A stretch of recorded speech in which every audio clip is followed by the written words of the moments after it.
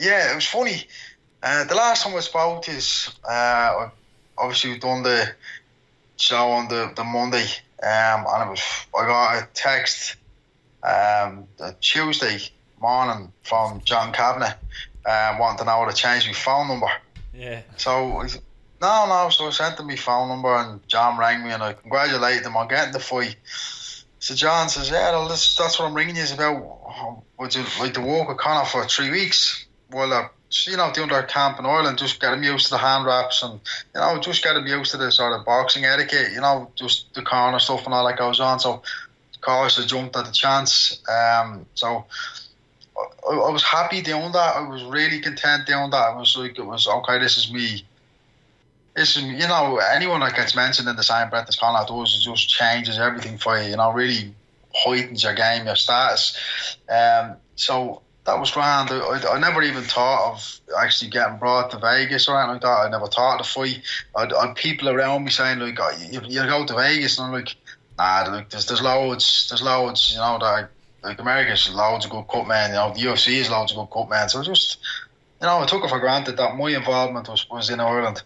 So, lo and behold, they couldn't come to an agreement. I think Stitch was originally going to be doing the thing. They couldn't come to an agreement with money and stuff like that. So when I got offered the opportunity, I says, yeah, I'll do it.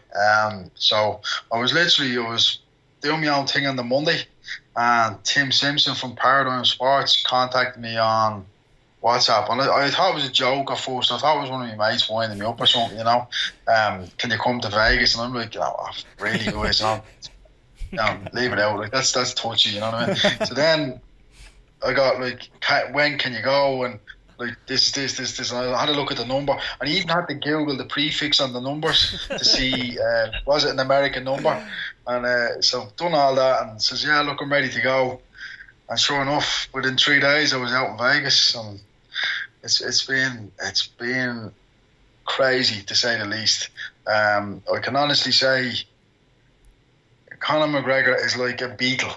He's like the fifth Beatle. I mean, people go mad from him. We're coming outside of the UFC place, and there's people sitting outside with, some kid painted a beautiful painting of him. That's this stuff that's going on out here is crazy, like, But it's been good. It's been very enjoyable. So loving every minute of it. There's something, Tommy, I don't know if you've ever seen it. It's like a meme that goes around on Facebook and Twitter and stuff, and it sort of says, don't expect to work here, and it shows a big stadium if you haven't served your time here, and it's like a sports hall or whatever. It's something you spoke to Andrew McGann about on the Mac Life as well, that you said Muay Thai, as much as boxing was your roots as well, being a cut man in Muay Thai has almost given you 30 years experience of cuts in the space of a year. So just talk to us a little bit about that, this how you started off as the cuts, like getting to doing the Muay Thai shows and to this pinnacle. Well, not pinnacle, the start of the next stage. That's a good one. I think what was massive for me in the cuts game, obviously I was in the MMA scene, and then I left that scene, and I was doing boxing. And myself and a good friend of mine, Noel Bourne, have been doing bits and pieces together, and we were, we had little bits of work here and there. What happened was, it was through Noel.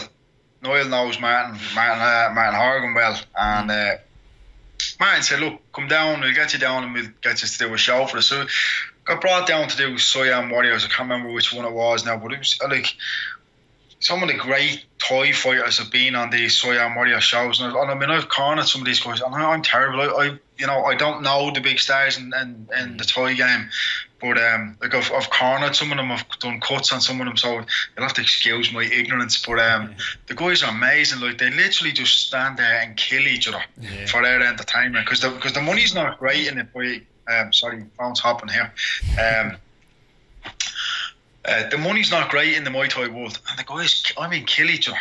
I mean, there's none of them go backwards. It's all go forwards and kill each other. And some of the cuts you get, they look like something you'd get from a Stanley knife. I mean, they are ferocious. They are.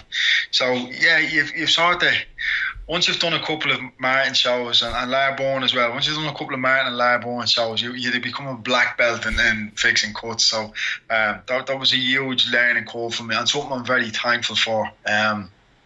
It's been amazing, So I guess then the boxing end of it, I work with Mark Dunlop and I have a couple of guys down south that I work with as well. But that's kept me relevant in the boxing game, and I think it was through my relevance in the boxing game that I got the camp from John and Conor. And I'll always be thankful for it. It was it's like I said, it's been life changing.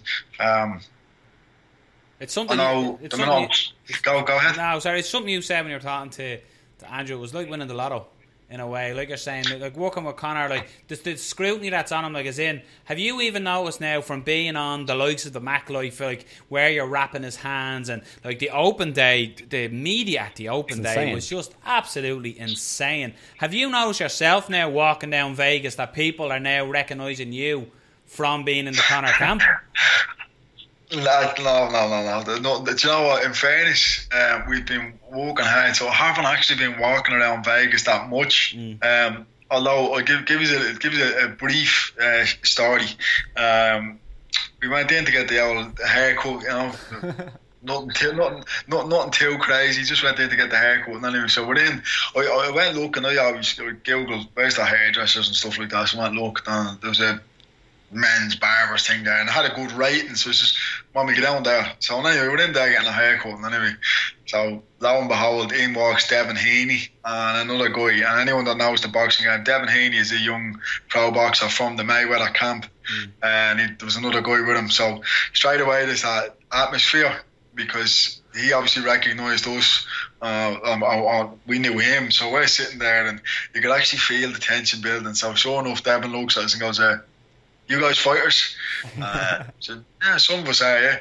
And he, "What gym is that?" So we're down to UFC. He goes, "I knew you were Conor's guys." So it's a little bit of banter there with him over the fight.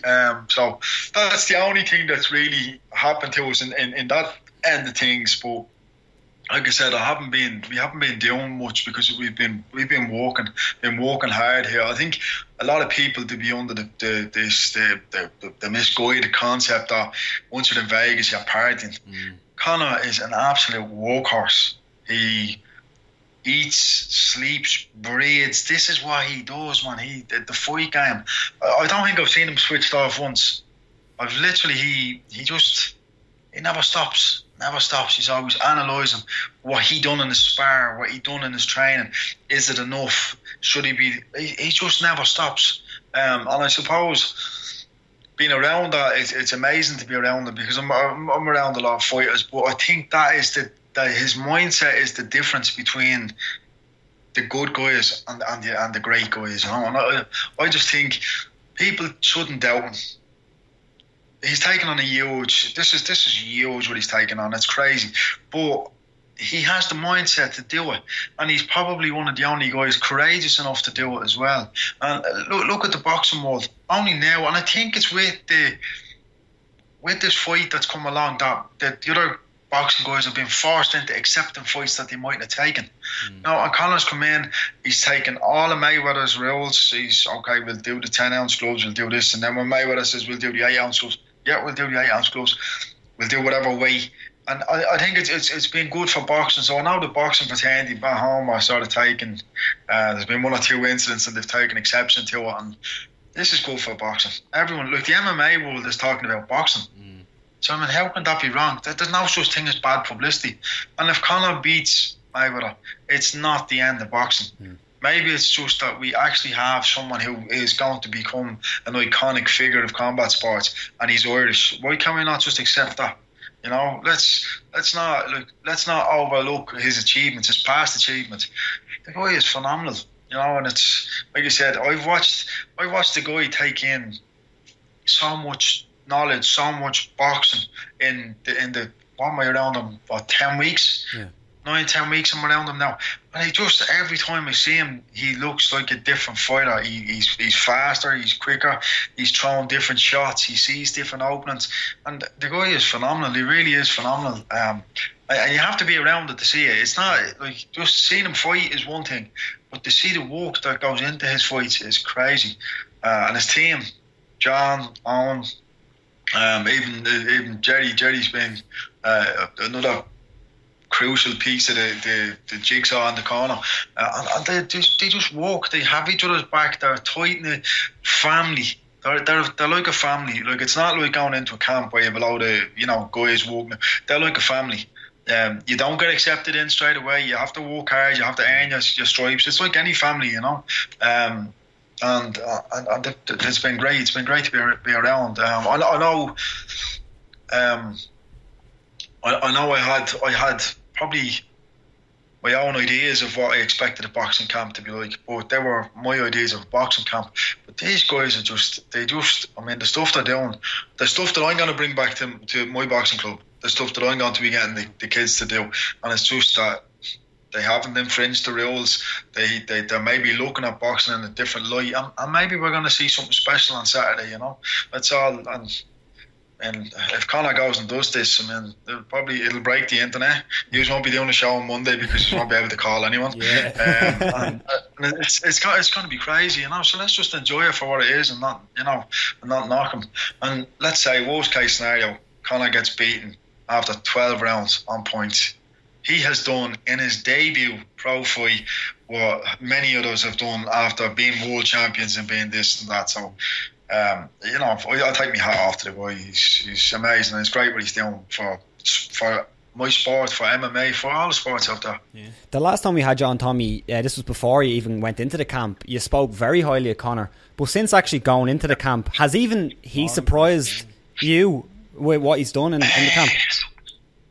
Yeah, without a doubt. And you know what? He's like, if you don't know Conor, right, you know the sort of brash personality, the larger than life character, and when you see him and he when he thanks and little things like that, you go, he's a nice guy. So I mean, so I couldn't praise him enough. Do you know what I mean? And like I said, no matter what happens on Saturday, I can't praise him enough.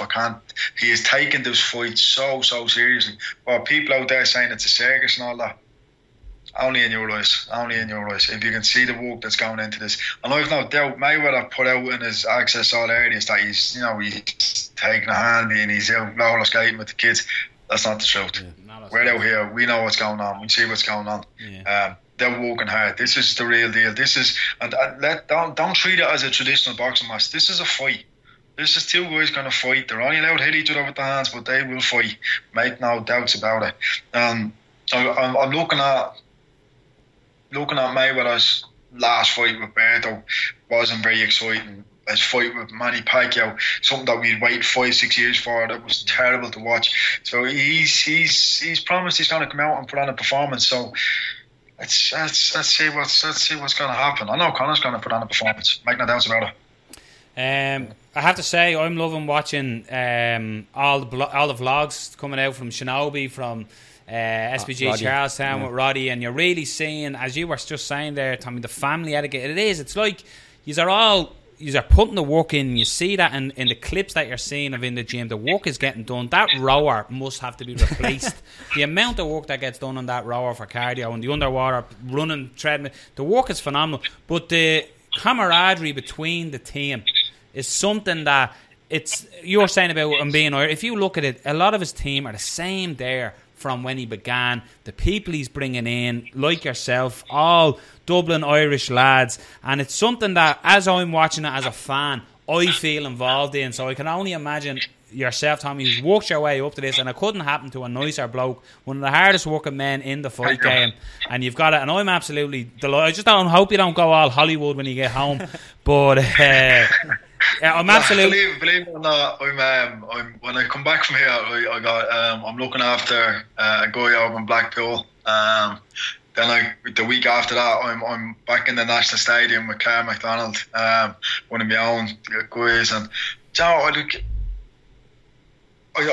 can't go any further than I've gone here. Yeah. My bucket list, right, as a Cutman, as a boxing coach, was to end up in a big fight in Vegas. right? To end up in their biggest fight in Vegas has been like I could quit tomorrow and say, right, I've done it all, I don't need to do any more. Obviously I won't, because my love for the game is crazy, but it is amazing. And see that rower, right? No word of a lie, guys, right? They do that in an altitude chamber, right? It is absolutely crazy. I mean, see, to recover in there, it's just even standing in the room, it's hard to breathe. And the work them guys are doing, and they were all doing, and to help Conor push himself, like they were doing freshman on, so you're rowing against Conor, and man, he is just banging them lengths out. He just goes and goes and goes, and how quickly he recovers. His recovery rate is phenomenal. Like, he comes back after, like, every spar he's done has been a fight. I mean a fight, every spar. So he's not going into this as a novice. They've had a ref in Ireland. Sorry, there's a phone again. They had a ref in Ireland, Emil T, and they had Joe Cortez over here. Right, two professional refs, two guys at the top of their game. And they pulled Conor for infringements. They got warnings. They done point deductions. They done everything. They treated everything like a real fight. There was, they put the work in. Conor's going into this, I'd say he's probably had between 30 and 40 12-round fights. Wow. I mean, proper 12-round fights. So Conor's not going into this without any sort of background. He's not going into this without a good knowledge. This guy he's put the work in, and like I said, I do believe he's going to shock people. He is going to shock people, because everyone that has him row off, they're going to be. Floyd, I think, is 41 now. Do you know what I mean? Everyone going on about he's 40. He's 41 now, as far as I know. I watch Conor, and I wouldn't even want to do 2 rounds with Conor with 16-ounce gloves, let alone. And he's dropping guys in sparring. I'm not going to drop names yet, but he's dropping guys in sparring, and not just one that there was a big deal made out. He's dropping guys in sparring. Do you know what I mean? So yeah, the guy he's ready, and he is going to frighten people, and he's going to shock people, and who knows? Like, what's next for him? What is next for him? Come here, Tommy. That's something I want to ask you just briefly as well, there, because we know you're busy and you got to get going. What was the reaction to Malignaggi, the way he's going on in the camp? Was it sort of just laugh it off and we don't care, you're gone, see you later? Because Paulie Malignaggi is stopping anyone and their dog to tell them that he got pushed, and he's going, release the footage. But it's almost become comical, his reaction to it now, especially when Dana White released the footage. But what's the reaction in the camp with the way Malignaggi's gone, or is it even being paid attention to? No, Conor, John, Owen. To be honest, I don't even think. I think John doesn't really pay much heed to social media. I think Owen and Conor, I mean, they Owen would probably use him for his vlogs and stuff like that, and that's probably more about promoting himself, what he's doing in SBG Charlestown, and promoting the gym and all that. So I don't really think they take any heed to any negative stuff on social media. I think they just, it's like water off a duck's back. I mean, they're probably so used to it now, because everybody's wrote Conor off at every chance. Like, Aldo will be too much for him. He can't handle a wrestler. He's too much weight. He can't do, everything was always an issue. And he's just gone out and, he's just gone out and proved them all wrong. So I think they're too sort of hardened to any negative comments on social media. I think they just do the thing. I think them guys are sort of better at using social media than most would be. They don't let it affect them. They use it for their own gains and don't let it affect them. So that's another thing I would definitely take from them, because people do get very upset over social media. I found myself trying to bite my tongue over the last 10 weeks, because people saying stuff, and I'm watching that, and as much as you want to say, like, look, you don't know. You ain't seeing what's going on. So keep your arms.